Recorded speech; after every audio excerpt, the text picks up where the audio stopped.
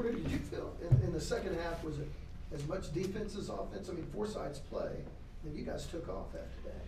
It was both. I was just talking to somebody about the pace. It's hard to get a pace going when they're scoring or getting the offensive rebound and we're fouling like the last game and then the beginning. I mean, you got to get some stops. And what I thought was the best was obviously we switched our coverages to switching 1 through 5, and that was, I think, the biggest adjustment. They're elite at cutting you up on different ball screen coverages, and they were cutting us up. And we made that, and but we were able to get stops. And what I liked is I thought we moved the ball. I think 5 different guys hit paint touch threes, hit threes, moving the ball, and we went down and we continued to guard. I think, and we were on a run. I think we went on 23 because we were able to get transition, getting stops, and I just think that's such a key because I think we're very good in transition. Where you talked about how Jeremiah's continued to stay bought in, and just how big was this game for his confidence? I think we talked 2 days ago, everyone in here, about we thought this was going to be a better game. I think A&M's just a hard game for him because they don't let you get to the second dribble. They're just so physical, and we just keeping his confidence up to know. And then even when it closed down, I think he kicked it. I think it was the beginning of the second half.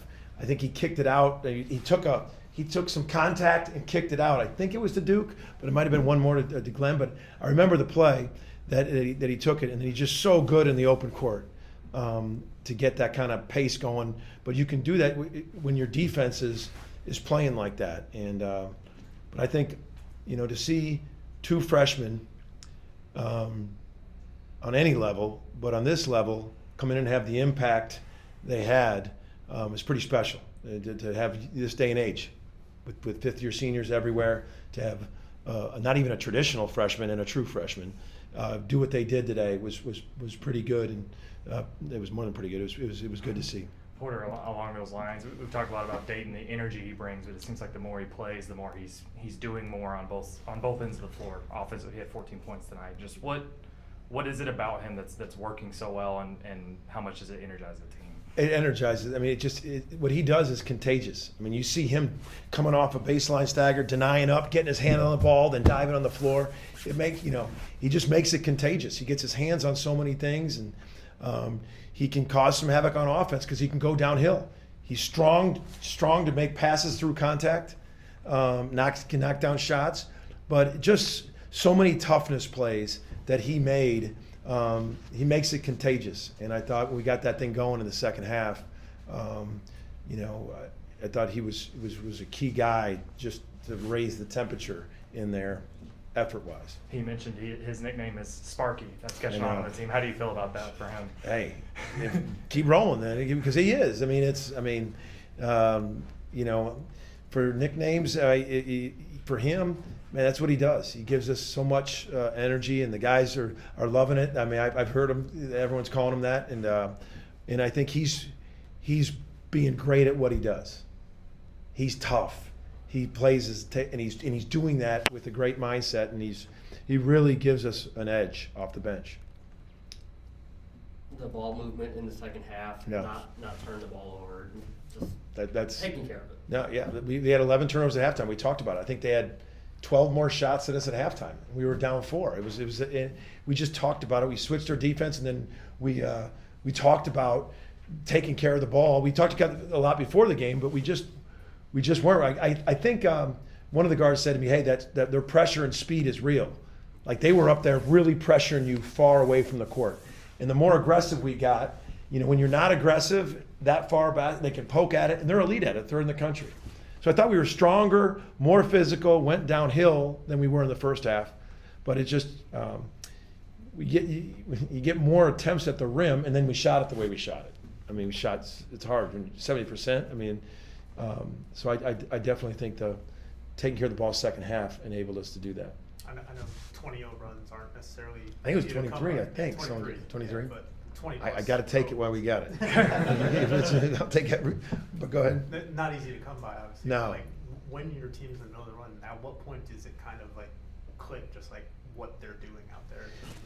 It's for me like it's like you got to let them go a little bit when I see it like that. Like Jalen Moore hit a 3 in the corner. It was against the press, and sometimes you're like, Pressing teams sometimes thinks a rush shot is as good as a turnover. That's like a pressing team's mentality. But we're on a run, and he was on such a run, and he just rose up and shot it. It was a big shot. You know, fears sometimes based on the score. We started to get a 20-point lead. It's hard to slow him down because he's so good at getting to the rim. So, you know, it's a conundrum because you want long possessions when you got that lead, but you want to stay aggressive. And I thought we just stayed aggressive. And on misses, I thought we were, especially when you see them share it as much as they did. They were really sharing it, spacing it, and you got to, on my end, let them go a little bit when you see that kind of pace.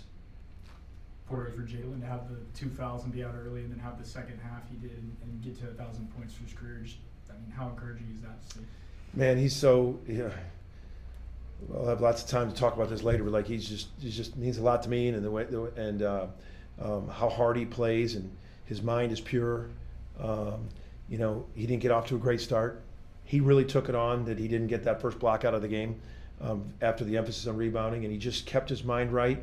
He got the 2 fouls. I told him I was going to play him. I played him, but it was only like a minute and a half, 2 minutes. But at least it was the confidence in me knowing that, hey, I'm still playing you with 2 fouls. And even though it was 2 minutes, that sends a message. And I thought we talked about winning the first 4 minutes.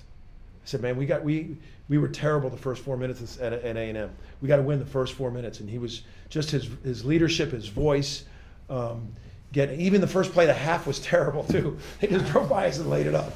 Even with that, then we went on a run after that. But I just thought he was just such a leader with his voice and his effort.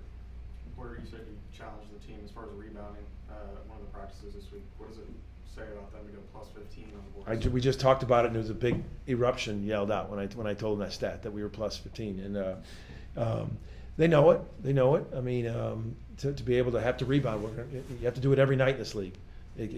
Every night you have to do it in this league. And so, yeah, we got 10, they got 9 on the offensive end. Last game we had 2. You know, so you get extra chances. So we did a lot of things we wanted to do, especially the last 30 minutes. Because I really, the way the outcome, it doesn't change the way I feel about Vanderbilt. I think they got some weapons, and we just got on a downward run. But like they really execute some really good things, and they already beat a lot of teams, and I know they're going to do it again.